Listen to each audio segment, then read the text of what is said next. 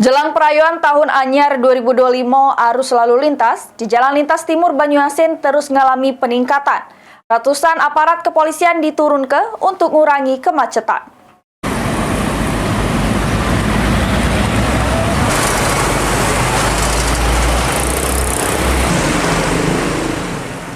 Baca inilah kondisi Jalan Lintas Timur Banyuasin, Kecamatan Talang Klapo yang dipadati arus kendaraan pas menjelang perayaan Tahun Baru.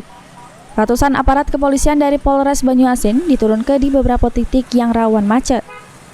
Jalan Lintas Timur Banyuasin punya panjang 68 km, serta petugas kepolisian sudah menyiagakan tim urai di titik kemacetan sama nyiap ke pos pengamanan serta pos pantau.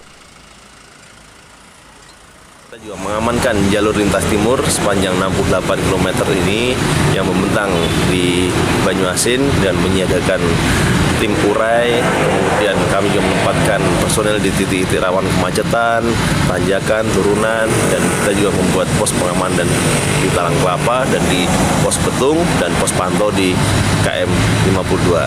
Dan saya juga berpesan selaku Kapolres Banyuasin agar masyarakat yang melintas di Jalan Lintas Timur ini selalu tertib dalam antrian, tidak menerobos, tidak melawan arus, sehingga saling menghargai pengendara lain, sehingga arus lalu lintas bisa kita atur dengan baik atas kerjasama masyarakat, dan masyarakat juga tertib sehingga arus lalu lintas berjalan dengan lancar dan tidak ada hambatan. Selanjutnya, kepolisian menghimbau pengendara supaya mematuhi aturan lalu lintas, tidak saling mendahului, biar kemacetan tidak semakin parah. Ridho Ilahi, PAL TV.